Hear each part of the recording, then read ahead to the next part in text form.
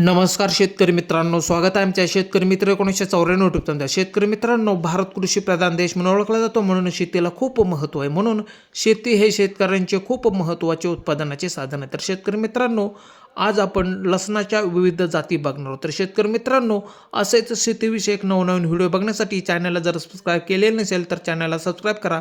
तर चला जाणून घेऊया. शेतकरी मित्रांनो, सॉफ्टनेक या प्रकारात हार्डनेक लसणाप्रमाणे कडक देठ नसतात, ज्यामुळे यात पाकळ्यांची संख्या जास्त असते. 30पेक्षा जास्त असून हा लसूण अनेक पदार्थांमध्ये वापरला जातो.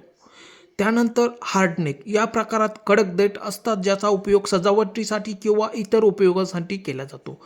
तर शेतकरी मित्रांनो, महाराष्ट्रात प्रमुख लागवडीसाठी वापरल्या जाणाऱ्या जाती भीमा ओंकार ही सुधारित जात असून जी कांदा आणि लसूण संशोधन संचालनालयाद्वारे विकसित केलेली आहे.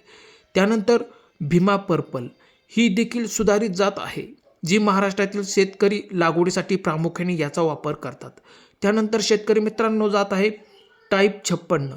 पंजाब कृषी विद्यापीठाने विकसित केलेली ही जात उच्च उत्पादन देणारी आहे. तर शेतकरी मित्रांनो, कसा वाटला व्हिडिओ? आवडल्यास लाईक, शेअर, सबस्क्राईब करा. धन्यवाद शेतकरी मित्रांनो.